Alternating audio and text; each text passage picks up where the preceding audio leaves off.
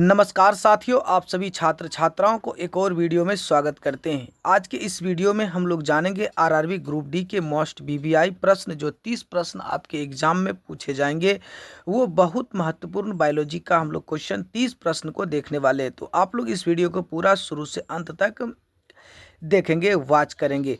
तो इस वीडियो में आप लोगों के लिए जो 30 प्रश्न लाए हैं वो बहुत महत्वपूर्ण है आरआरबी ग्रुप डी के लिए। तो चलिए हम लोग वीडियो को शुरू करते हैं। पहला वीडियो आप लोगों के लिए है कि मलेरिया परजीवी तथा अमीबा को किस श्रेणी में रखा जाता है। तो किस श्रेणी में रखा जाता है? तो ऑप्शन ए है प्रोटोजोआ, ऑप्शन बी है सिलिंट्रेटा, पेरिफेरा और एनिलिया। तो बताइए, आप कमेंट बॉक्स में इसका जवाब आप देख सकते हैं। तो बताइए कौन सा ऑप्शन हो जाएंगे? तो ऑप्शन ए प्रोटोजोआ हो जाएंगे, ऑप्शन ए सही है। चलिए आगे बढ़ते हैं। अगला प्रश्न है कि निम्नलिखित में से किसकी आकृति निश्चित नहीं होती है। Option A paramecium, option B trypanosoma, euglena, amoeba. तो बताइए किसकी आकृति निश्चित नहीं होती है? तो अमीबा की नहीं होती है, ऑप्शन डी सही है। चलिए आगे बढ़ते हैं। अगला प्रश्न कह रहा है कि प्रोटोजोआ के नाम से जाना जाता है। तो प्रोटोजोआ के नाम से किसको जाना जाता है? Euglena, amoeba, paramecium, Trypanosoma. तो किसे जाना जाता है? तो बताइए किसे जाना जाता है? तो किसे जाते हैं हरा प्रोटोजोआ? तो बताइए तो किसे जाता है? यूग्लिना को, यानी कि ऑप्शन नंबर बी सही है, यूग्लिना। चलिए आगे बढ़ते हैं।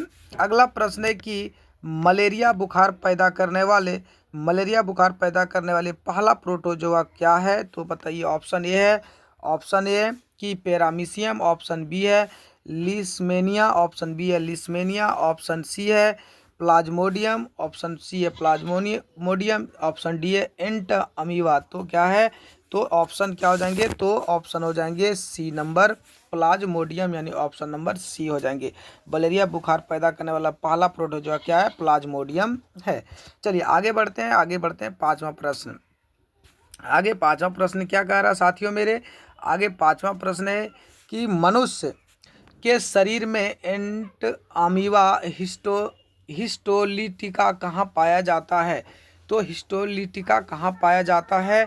तो आप बताइए कहाँ पाया जाता है? ऑप्शन ए है आंत में, ऑप्शन बी है गला में, ऑप्शन सी है अमाशय में, ऑप्शन डी है फेफड़ा में। तो कहाँ पाया जाता है? तो ये आंत में पाया जाता है, नहीं ऑप्शन ए सही है। चलिए बढ़ते हैं आगे। अगला प्रश्न कह रहा है साथियों कि पेचिस या अमीवाइसिस के लिए उत्तरदायी प्रोटोजोआ है। पेचिस या अमीवाइसिस के लिए उत्तरदायी प्रोटोजोआ है। पहला ऑप्शन है अमीबा, ऑप्शन बी है एंट अमीबा, ऑप्शन सी है पैरामीशियम, ऑप्शन डी है ट्रिपेनोसोमा। तो बताइए इसका सही जवाब क्या होगा? तो सही जवाब होगा एंट अमीबा। क्या होगा? एंट अमीबा, ऑप्शन नंबर बी सही हो जाएंगे। आगे बढ़ते हैं। अगला प्रश्न है 7 नंबर। साथियों 7 नंबर है। 7 नंबर प्रश्न कार्य कि कालाजार उत्पन्न करने वाला प्रोटोजोआ है। तो कालाजार उत्पन्न करने वाला प्रोटोजोआ एंट अमीबा, ट्रिपेनोसोमा, टाइकोमोनास और लिस्मेनिया। तो क्या हो जाएंगे? इसका सही जवाब आप कमेंट बॉक्स में देंगे। तो टाइकोमोनास हो जाएंगे, यानी ऑप्शन नंबर सी हो जाएंगे। चलिए आगे बढ़ते हैं। अगला प्रश्न है निंद्रा रोग पैदा करती है। तो निंद्रा रोग कौन पैदा करती है? तो ऑप्शन ए टाइकोमोनास, ऑप्शन बी है ऑप्शन ए है टाइकोमोनास, ऑप्शन बी है ट्रिपेनोसोमा, ऑप्शन सी है लिस्मेनिया, ऑप्शन डी है प्लाज्मोडियम। तो सही ऑप्शन क्या होगा? आप इसका कमेंट बॉक्स में जवाब दे सकते हैं। तो इसका सही ऑप्शन होगा बी नंबर ट्रिपेनोसोमा। चलिए आगे बढ़ते हैं। अगला प्रश्न है साथियों, अगला प्रश्न है कि मच्छर में मलेरिया परजीवी का जीवन चक्र किसने खोजा था? तो किसने खोजा था? लुईस पाचर ने, रोलांड रॉस ने, चार्ल्स डार्विन ने, ग्रेग मेंडल ने। तो किसने खोजा? तो आप इसका सही जवाब देंगे। तो किसने दिया था? रोलांड रॉस ने, यानी ऑप्शन नंबर बी सही हो जाएंगे, ऑप्शन बी सही हो जाएंगे, रोलांड रॉस ने। चलिए आगे बढ़ते हैं। अगला प्रश्न है कि अस्पंजों के शरीर पर पाए जाने वाले छोटे छोटे छिद्र कहलाते हैं। तो अस्पंजों के शरीर पर पाए जाने वाले छोटे छोटे छिद्र कहलाते हैं, तो क्या कहलाते हैं? Option A ostia, option B है अस्कुलम, ऑप्शन डी है, ऑप्शन सी है रेडुला, ऑप्शन डी है सिलिया। तो इसका क्या होगा सही जवाब आप कमेंट बॉक्स में दे सकते हैं। तो क्या होगा बच्चों? तो क्या होगा? ऑस्टिया, यानी ऑप्शन ए सही है, ऑस्टिया। चलिए आगे बढ़ते हैं। अगला प्रश्न है कि स्पंज के सिरे पर स्थित बड़ा छिद्र कहलाता है। तो बड़ा छिद्र क्या कहलाता है? तो ऑस्टिया, एस्कुलम, रेडुला, ट्रेकिया। तो बताइए क्या कहलाता है? स्पंज के शरीर पर पाए जाने वाले छोटे छोटे छिद्र क्या कहलाते हैं? बड़ा छिद्र क्या कहलाते हैं? तो बताइए बड़ा छिद्र क्या कहलाते हैं? तो बताइए तो बड़ा छिद्र क्या कहलाता है बताइए। तो इसका ऑप्शन नंबर बी सही है, अस्कुलम। क्या हो जाएंगे? अस्कुलम। चलिए आगे बढ़ते हैं। अगला नंबर प्रश्न कह रहा है 12 नंबर कह रहा है कि निम्न में से किसमें रक्त नहीं होता किंतु श्वसन होता है? तो तिलचट्टा, केचुआ, हाइड्रा और कंगारू। तो इसमें सभी में तिलचट्टा में होते हैं, हाइड्रा में, केचुआ में होते हैं, कंगारू में होते हैं, हाइड्रा में नहीं होते हैं। और नहीं पूछ रहा रक्त नहीं होते हैं, तो ऑप्शन नंबर सी सही है, हाइड्रा। चलिए आगे बढ़ते हैं। अगला प्रश्न है कि कोरल रीफ प्रवाल भित्ति का निर्माण किसके द्वारा होता है? Coral reef. अगला प्रश्न है कि कोरल रीफ प्रवाल भित्ति का निर्माण किसके द्वारा होता है? तो ऑप्शन है प्रोटोजोआ, ऑप्शन बी है सिलेंट्रेडा, ऑप्शन सी है ऑर्थोपोडा, ऑप्शन डी है पेरिफेरा। तो आपका सही जवाब क्या होगा? आप इसका कमेंट बॉक्स में जवाब दे सकते हैं। तो इसका सही जवाब ऑप्शन बी नंबर है सिलेंट्रेटा, ऑप्शन बी है सिलेंट्रेटा। चलिए आगे बढ़ते हैं। अगला प्रश्न कह रहे हैं साथियों कि प्रवाल कोरोला क्या है? प्रवाल कोरोला क्या है? एक वनकाष्ठ है, एक समुद्री जीव है, एक जड़ी बूटी है, इनमें से कोई नहीं है। आप इसका सही जवाब कमेंट बॉक्स में दे सकते हैं। तो बताइए क्या है कि प्रवाला कोरोला क्या है? तो कोरोला जो है एक समुद्री जीव है, यानी ऑप्शन बी सही है। चलिए आगे बढ़ते हैं। यहाँ से आपका जो प्रश्न आरआरबी ग्रुप डी है, ये इससे जो है कि आरआरबी ग्रुप डी में आपका यहाँ से आपको एक दो प्रश्न देखने को मिलेगा। चलिए अगला प्रश्न है 15 नंबर है, जेली फिश के नाम से जाने जाते हैं। तो जेली फिश के नाम से किसके नाम से जाने जाते हैं? तो ये हो जाएगा आरिलिया, हो जाएगा आरिलिया। आरिलिया के नाम से जाने जाते हैं, आरिलिया के नाम से जाने जाते हैं। तो ऑप्शन नंबर सी सही हो जाएंगे, आरिलिया के नाम से जाने जाते हैं। चलिए आगे बढ़ते हैं। आगे है कि समुद्रीय एमिनो के नाम से जाना जाता है। समुद्रीय एमिनो के नाम से जाना जाता है, तो क्या जाना जाता है? Option A Hydra, option Physalia, option C Aurelia, option D Metridium.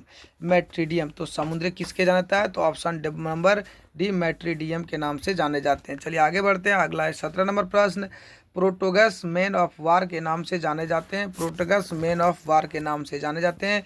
तो ऑप्शन ए है फाइसेलिया, हाइड्रा, आइरिया, मैट्रीडियम। तो ऑप्शन क्या होगा आप बताएंगे? तो बताइए कौन होगा? तो कौन होगा? फाइसेलिया होगा, यानी ऑप्शन नंबर ए सही है, फाइसेलिया। चलिए आगे बढ़ते हैं। अमृतत्व का गुण पाया जाता है। तो अमृतत्व का गुण पाया जाता है, तो आप बताएंगे किस में पाया जाता है? तो अमृतत्व का जो गुण पाया जाता है वो पाया जाता है हाइड्रा में पाया जाता है साथियों। किस में पाया जाता है? हाइड्रा में, यानी कि ऑप्शन नंबर बी सही है। चलिए आगे बढ़ते हैं। अगला प्रश्न है कि चिपटे कृमियों को किस संघ के अंतर्गत रखा गया? चिपटे कृमियों को किस संघ के अंतर्गत रखा गया है?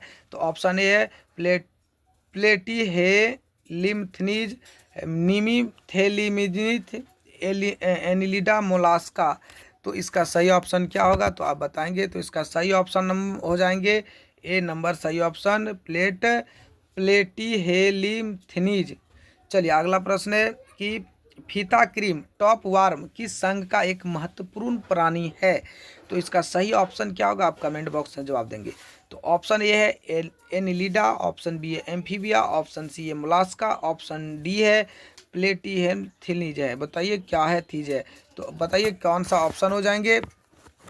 तो बताइए तो क्या हो जाएंगे? इसका ऑप्शन हो जाएंगे डी नंबर प्लेटीहेलिम्थनीज। चलिए अगला प्रश्न है कि इस तरह से बायोलॉजी में नाम होता है। अगला प्रश्न है साथियों 21 नंबर प्रश्न है कि गोल क्रीम या सूत्र क्रीम को किस संघ के अंतर्गत में रखा गया है। गोल क्रीम या सूत्र क्रीम को किस संघ के अंतर्गत रखा गया है, तो किस अंतर्गत के अंतर्गत रखा गया है, तो बताइए। इसका हो जाएगा आर्थ्रोपोडा। किसका हो जाएगा? आर्थ्रोपोडा। क्या हो जाएंगे साथियों? ऑर्थोपोडा, यानी ऑप्शन नंबर डी सही हो जाएंगे। ऑप्शन नंबर डी सही हो जाएंगे। चलिए आगे बढ़ते हैं।